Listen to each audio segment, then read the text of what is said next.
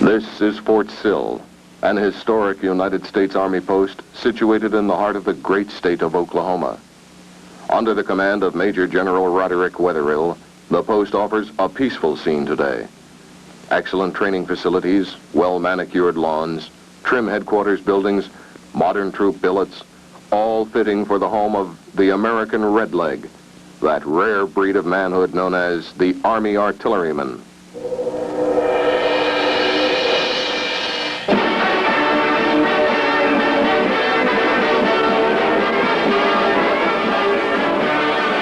But Fort Sill has not always known the peace that reigns here today.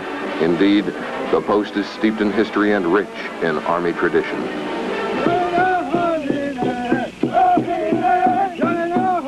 Over 100 years ago, Captain Randolph Marcy recommended that an Army post be established at this location to create friendly relations with the Comanche and Kiowa Indian tribes and that celebrated Indian leader, Geronimo.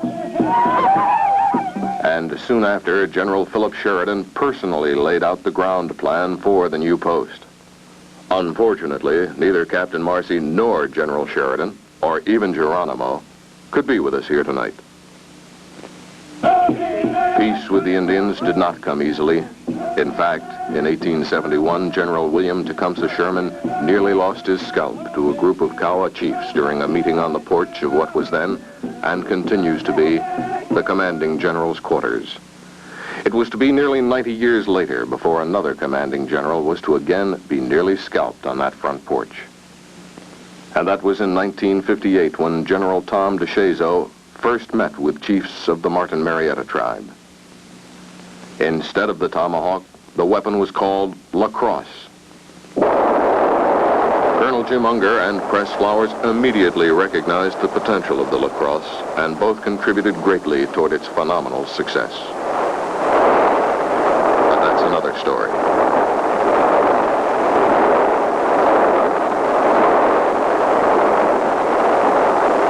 Things have changed since the days of Geronimo and lacrosse. Geronimo is buried on Fort Sill's East Range, and lacrosse lies buried where it last fell. May both rest in peace.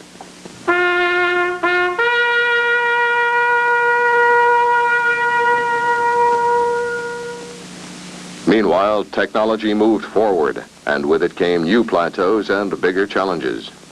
One of the biggest challenges was to be a new artillery piece to be provided by the friendly people who brought you lacrosse. In 1957, the Army awarded a contract to Martin Marietta to develop a missile that was to be known as Pershing. Development of this two-stage shoot-and-scoot weapon moved forward rapidly, and in early 1960, the first successful launch took place at Cape Canaveral, Florida. Many Fort Sill dignitaries, looking forward to the day when Pershing would be placed in their inventory, swarmed to Cape Canaveral to witness the historic launch. One of them, believed to be either Howard Von Kennel or Bob Blake, or both, offered 10-to-1 odds. Some contractor personnel were also suspected of having bet heavily on the side of the tube-oriented artillerymen. Finally, the group turned back to witness the missile countdown and launch.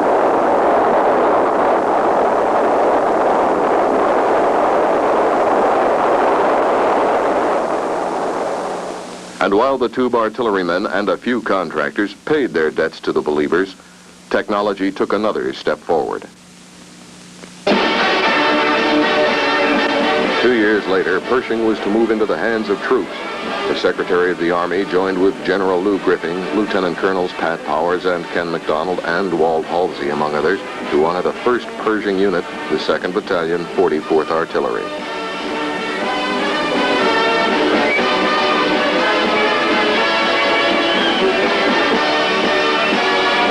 Soon after, upon direction of Colonel Jim Norval, President of the Artillery Board, the 2nd of the 44th moved to Waco Range, where artillerymen fired a Pershing missile for the first time. Before long, other Pershing units were activated, including the 4th of the 41st, the 1st of the 81st, the 3rd of the 84th, and the 2nd of the 79th. 3 of the units went to Europe as part of the 56th Artillery Group. Annually, these troops were returned to the Four Corners area of the southwestern United States for launch exercises, where under the the eye of Ev Haney, they ran up an impressive record.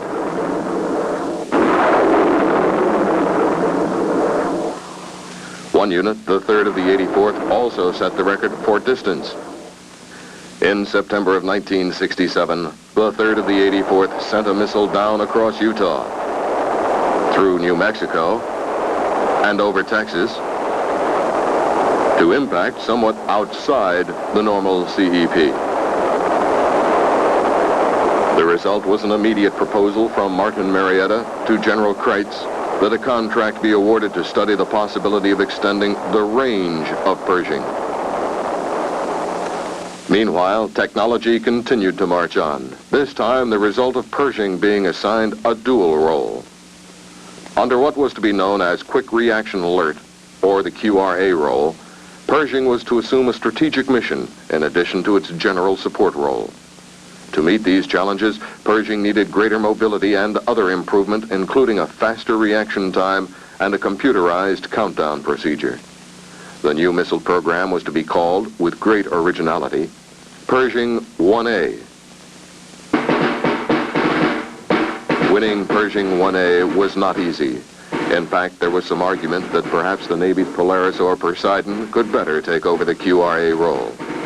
Quickly, the Department of Army, with help from Fort Sill and the contractor, prepared a position paper outlining the distinct advantages of the Army's shoot-and-scoot Pershing over the Navy's submarine-launched Polaris or Poseidon missiles.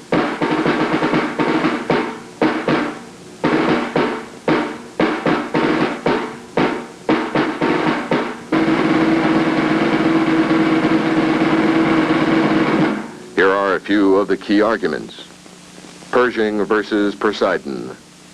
Pershing doesn't have to be waterproofed unless it rains. American generals are better than Greek gods. A Pravda survey shows that 85% of the Russian people prefer to be attacked by Pershing. Pershing begins with a P, followed by an E. Thus, 10 letters ahead of Polaris and Poseidon in the alphabet. If there never is a nuclear war, Pershing will have done just as good a job as Poseidon. Pershing has a smaller warhead. If we blow a mission, we haven't lost as much. Submarines are unpopular. It was a dirty submarine that sank the Lusitania.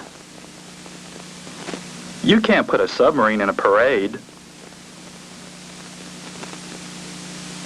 Shoot and swim won't rhyme like shoot and scoot. With these convincing arguments, the Joint Chiefs and DOD authorized a go-ahead for Pershing 1A, then turned to other pressing decisions.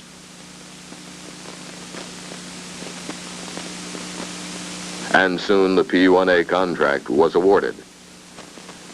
The most obvious change in Pershing was to be a shift from tracks to wheels. This provided the required mobility and at the same time contributed to easier maintenance and greater reliability. Some innovative stress tests were conducted by the contractor.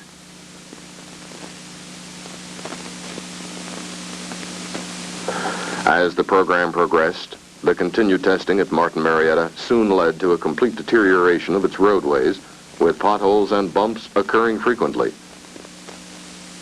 Some of the company roads turned to quagmire. It also rained a lot during those early test days.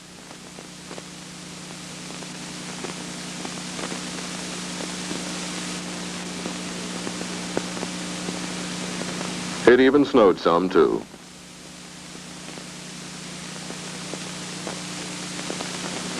But eventually the weather cleared and Pershing was ready for its unveiling to DOD, Army, and Fort Sill officials.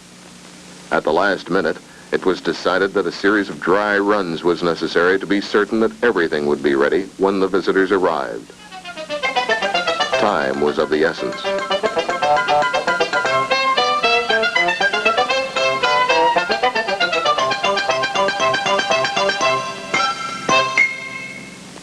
And finally, the visitors arrived and Pershing was demonstrated. Everything worked like it was supposed to, and Pershing 1A was thus accepted and ordered into production.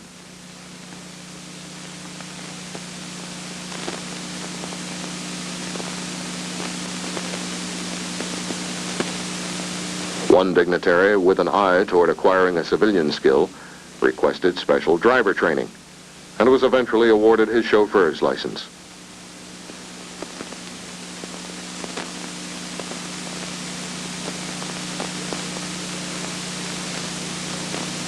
With the first units off the assembly line, Pershing 1A was taken to White Sands, where contractor personnel prepared for the first Pershing 1A launch from Waco Range.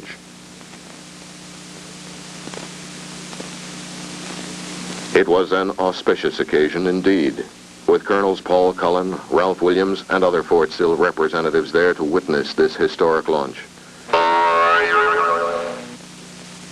As we said, it was an auspicious occasion indeed, with distinguished Fort Sill representatives there to witness this historic launch.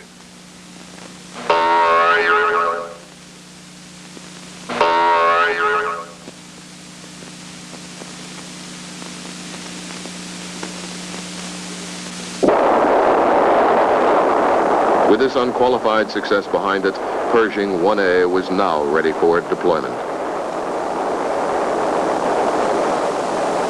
Under a new logistics concept known as Project Swap, the Pershing 1A system was to be deployed directly from the contractor to troop units, bypassing the normal Army supply pipeline. The starting point was a large warehouse at Cape Kennedy where Pershing 1A erector launchers, programmer test stations, power stations, BCCs, and other equipment would be assembled and wed to the new M656 trucks. All equipment was to be completely tested and finally organized into battalion-sized packages for delivery to the troops. The first such shipment was to Fort Sill.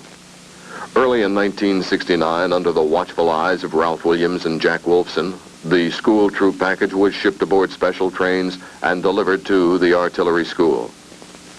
Shortly after, another shipment was ready for Fort Sill, this one for the 2nd of the 44th.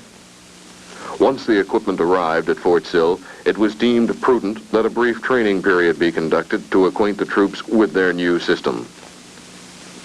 Under direction of the G3, Colonel Henry Bielefeld, a comprehensive refresher course was inaugurated.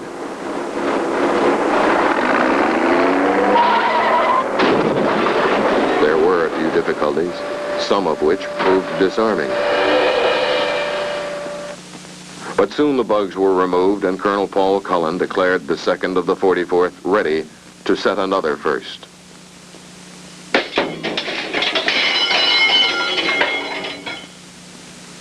The troops, under orders from Colonel Bob Blake, moved to Utah to establish a launch site, and soon the unit was prepared to test its new P-1A equipment. And again, the 2nd of the 44th made another mark in the annals of Pershing history.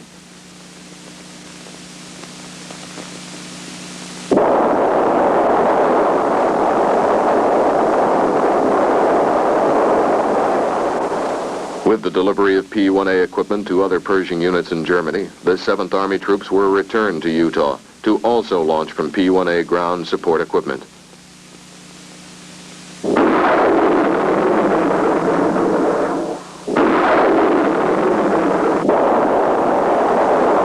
Day and night, the skies were filled with Pershing missiles and other debris.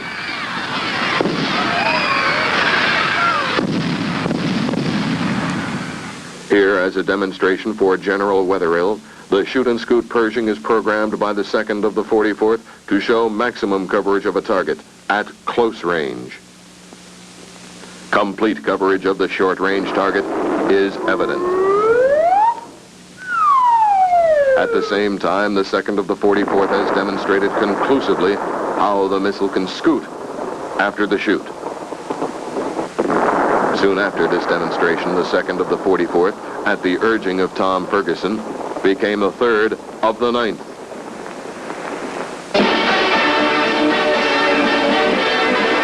It has been a busy 10 years since the first Pershing equipment was delivered to the old 2nd of the 44th at Fort Sill. We've since seen the birth and full growth of Pershing 1A, and we should eventually see Pershing 2. We've also seen a lot of good people come and a lot of good people go, either to greater responsibilities within the Army or, in many cases, to retirement and a second career. But wherever they are, Those artillerymen who played a role in the planning, development, deployment, and doctrine of the Pershing system can be proud of their work. At Martin Marietta, we too are proud of Pershing. But it takes more than workable hardware to make up a system. The big ingredient is people. And during these past 10 years, it has been our good fortune to have worked with the very best of people, the U.S. artillerymen.